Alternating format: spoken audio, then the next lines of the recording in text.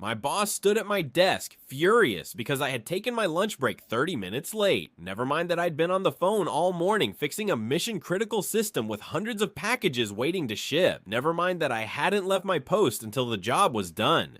Company policy said lunch was from 12 to 1. I had violated that policy. 3 days later, the entire network went down at 12:25. I had not yet taken my lunch, so I set up my monitoring tools, grabbed my bag, and went to lunch.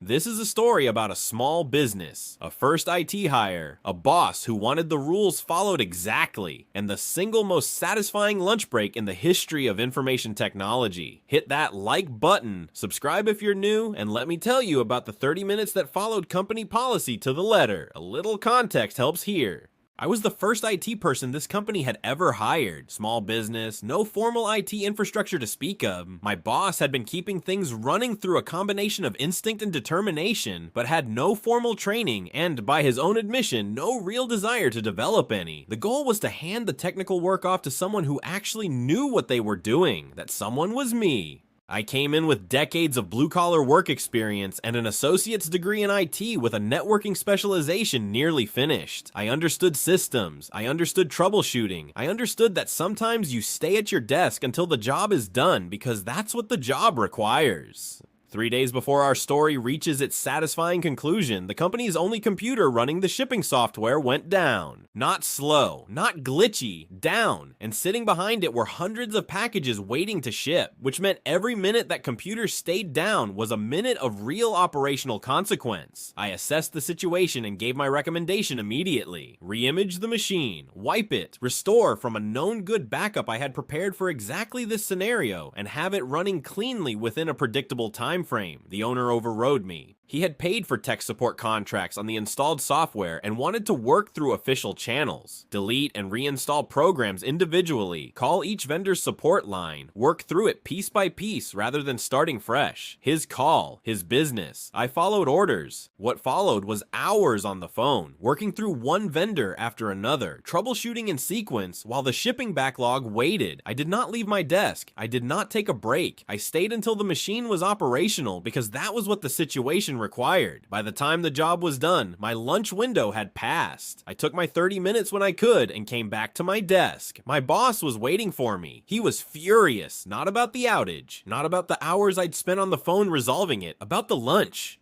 Company policy, he informed me, stated that lunch was to be taken between 12 and 1. I had violated that policy. This was not acceptable. In the future, I was to take my 30 minutes during the designated window, regardless of circumstances. I absorbed this. I want to be precise about what my boss was telling me, that on a day when I had stayed at my post through a mission-critical outage, not leaving until the job was done, the thing he wanted to address was that I had eaten my lunch at 12:30 instead of 12. Policy is policy. I noted this. I returned to work, and somewhere in the back of my mind, I filed it under information that might become relevant. Before we get to the main event, one more piece of context. Our company rented office space as a subletter, which meant we had no access to the building's network infrastructure, no access to the switches, no access to the routers, no admin credentials for anything that actually controlled the network. If the network had a problem, there was essentially nothing I could do about it directly. I could diagnose, I could document, I could identify what was wrong and report it to the people who did have access. What I could not do was fix it. I had a working theory about why the network was unstable. Factory building, high voltage woodworking machinery running at production levels, and every Ethernet cable in the building running unshielded. Electrical interference at scale. A recipe for intermittent network failure that would look random but wasn't. Just a hunch, but a well-informed one. 3 days after the lunch conversation, at 12:25 in the afternoon, the network went down. Not slow, not spotty. Down. Nothing could ping anything. Every networked device in the office went dark simultaneously. I looked at the time. I had not yet taken my lunch.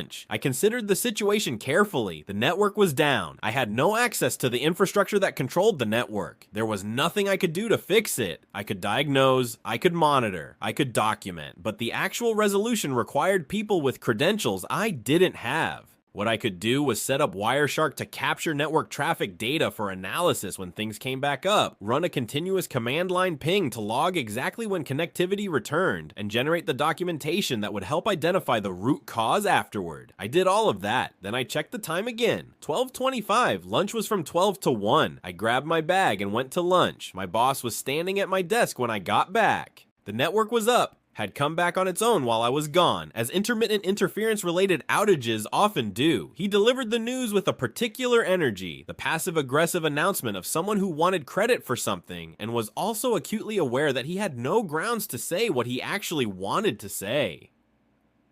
The network is up, by the way.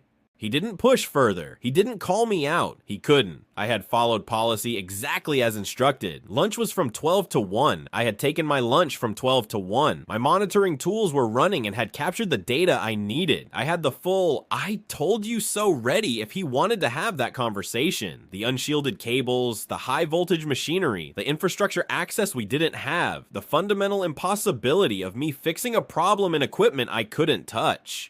He did not want to have that conversation, so I sat down, pulled up my Wireshark capture, and got back to work. Here is what I appreciate about how this played out. My boss had established 3 days earlier that company policy governed my lunch break regardless of operational circumstances. He had said this explicitly while I was standing at my desk having just resolved a mission-critical outage. Policy is policy. 3 days later, when operational circumstances made my presence at my desk essentially irrelevant because there was genuinely nothing I could do about the problem, I followed policy exactly as instructed. I didn't slow walk anything. I didn't manufacture an excuse. The network went down. I set up the monitoring tools that represented the full extent of what I could actually do, and I took my 30 minutes during the designated window. Everything by the book. The passive-aggressive announcement when I returned was the sound of a man who understood without being able to say so directly that the rule he'd insisted on had just been followed in a way he hadn't anticipated. There's a particular satisfaction to malicious compliance that comes from its complete defensibility. I didn't do anything wrong. I followed policy. I set up documentation before leaving. I returned on time. I was prepared with a technical explanation if anyone wanted to discuss what had actually happened and why it was outside my control. The only thing I did was apply the rule I'd been given in the exact situation where applying it was most inconvenient for the person who had given it to me. Policy is policy. If this gave you the specific satisfaction that only perfectly executed malicious compliance can provide, smash that like button and drop a comment. What's the best "fine, I'll follow the rules exactly" story you've ever pulled off or witnessed? I want every detail. And if you want more stories of people who followed instructions to the absolute letter, subscribe. New story every week. See you at 1 o'clock.